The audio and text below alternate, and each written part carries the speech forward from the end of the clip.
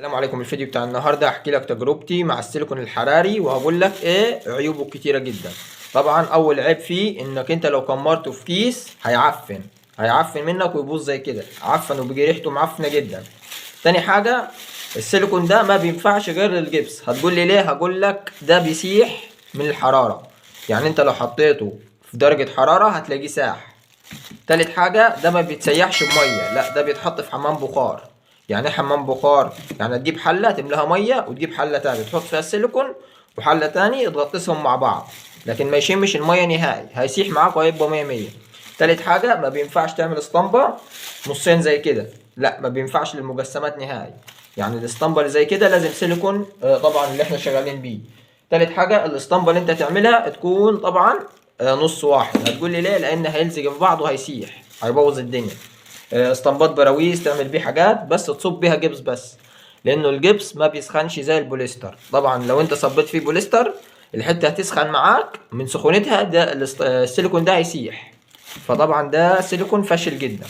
السيليكون ده طبعا بيتميزوه وبيشغلوه في حاجات تانية هقول لك عليها الجزء التاني، لانه ده مش تبع شغل الجبس ولا البوليستر نهائي. طبعا تالت حاجة، السيليكون ده عادي تعيده وتشغله أكتر من 5 6 مرات، بس لو كمرته زي كده هيعفن وهتلاقي ريحته معفنة جدا واشتغل فيه في تهوية. في ناس كتيرة جدا قالت لي عايز أصنع بيه طبعا شغل اسطمبات مجسمة، يعني لو شكل مجسم زي كده مش هينفع، شكل طفاية زي كده مش هتنفع، طبعا شكل ميداليات زي كده من البوليستر مش هينفع. هتقول لي ليه؟ هقول لك ده طبعا لو شم اي سخونة هيسيح منك، فتشغله في الجبس فقط لا غير، وشغله مؤقت. يعني ايه؟ يعني القالب ممكن تعيد تدويره 3 4 مرات، يعني القالب تعمله تصب صبتين 3 4 وتلاقيه اتقطع تعيد تدويره تاني. فمشكلته ان هو متعب، بس هو موفر جدا.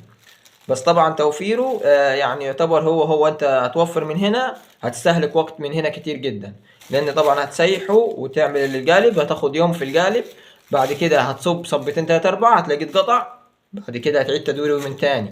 فطبعا فكرته فاشلة جدا، بس هو فكرته الناجحة انك انت لو عايز تعمل شكل مرة واحدة ده حلو جدا.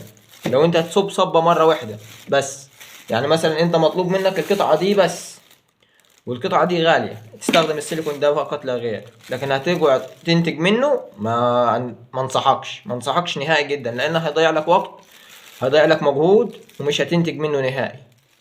فلو عجبك الفيديو متنساش اللايك والاشتراك في القناة وشجعنا عشان نستمر.